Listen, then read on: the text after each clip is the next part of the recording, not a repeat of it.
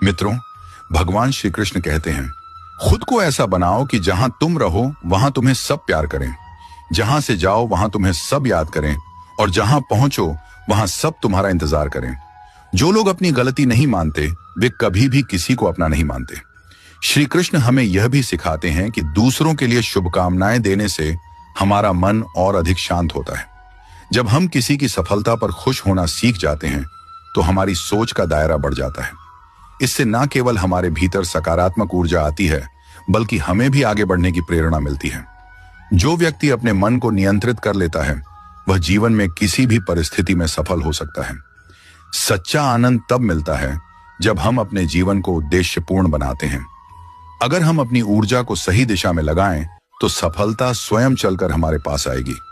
इसलिए दूसरों की उपलब्धियों को देखकर निराश होने के बजाय हमें अपने लक्ष्य पर ध्यान देना चाहिए और हर दिन खुद को पहले से बेहतर बनाने की कोशिश करनी चाहिए।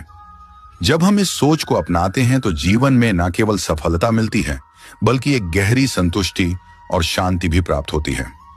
ईर्ष्या एक ऐसी आग है जो जलाने वाले को ही भस्म कर देती है। ये मनुष्य के विचारों को दूषित कर देती है और उसकी सोचने समझने की शक्ति को कमजोर बना देती है। जब हम किसी की सफलता से ईर्ष्या करते हैं तो हम अपना ही नुकसान कर रहे होते हैं, क्योंकि यह भावना हमारे मन में नकारात्मकता को जन्म देती है।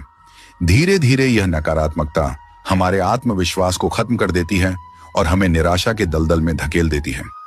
जो व्यक्ति ईर्ष्या के प्रभाव में आता है वह कभी संतुष्ट नहीं रह सकता, क्योंकि उसकी आंखें हमेशा दूसरों की उपलब्धियों पर टिकी रहती हैं, ना कि अपने स्वयं के प्रयासों पर। ईर्ष्या का एक और बड़ा दुष्प्रभाव यह है कि यह व्यक्ति को कृतज्ञ बना देती है। जब हमारा ध्यान केवल इस बात पर रहता है कि दूसरे को क्या मिला और हमें क्या नहीं मिला, तो हम अपने जीवन में जो कुछ अच्छा है उसकी कद्र करना भूल जाते हैं। प्रिय साथियों, बताइएगा कि आज का यह प्रसंग आपके मन को कैसा लगा। अगर आपके दिल में श्री कृष्ण के लिए सच्चा प्रेम है तो वीडियो को एक लाइक दें और कमेंट में पूरे भाव से लिखें, जय श्री कृष्ण। और अगर आप सेवा भाव से इस भक्ति यात्रा में सहयोग देना चाहें तो स्क्रीन पर दिए गए QR कोड से अपनी क्षमता अनुसार दान करें। आपका छोटा सा सहयोग भी श्री कृष्ण प्रेम के संदेश को आगे बढ़ाने में आशीर्वाद बन जाता है। जय श्री कृष्ण।